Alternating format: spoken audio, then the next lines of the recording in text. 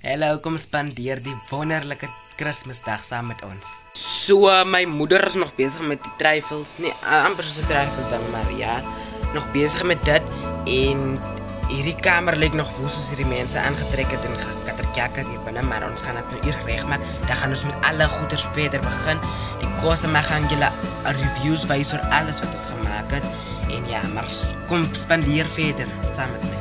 En dan wil ek net van een en elkeen van julle sê baie dankie vir die support en die omgee.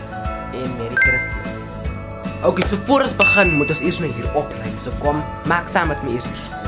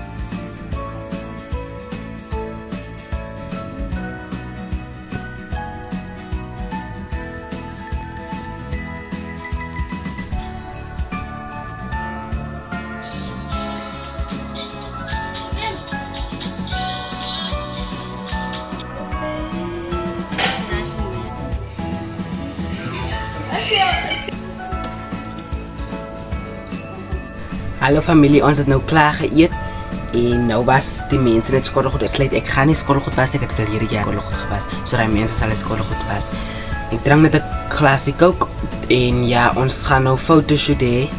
Ek gaan nie fotograaf wees, maar ek gaan vir julle hier op 'n skerm sit wat se foto's het ons geneem. Maar ja, en ja, dankie dat julle vir my so mooi ondersteun en stay tuned for the next video that is coming up. En die van julle wat nog Kersfees hou of nog eet, sterkte met die skottelgoed. Myne is klaar.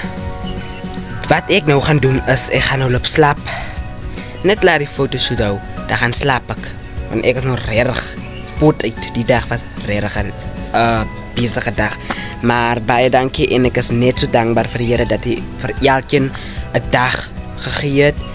En ja, ons wou vandag gaan swem, maar hierdie park se swembad is te vol vandag. So ons gaan miskien 'n ander dag gaan. Maar ja, ek gaan julle saamvat wanneer ek weer gaan swem, maar dit gaan definitief nie nou wees nie. Laat ons eers reg maak, die huis skoon maak en al die goed julle weet mos. Maak hou vir julle op hoogte en geniet julle se dag verder. Bye.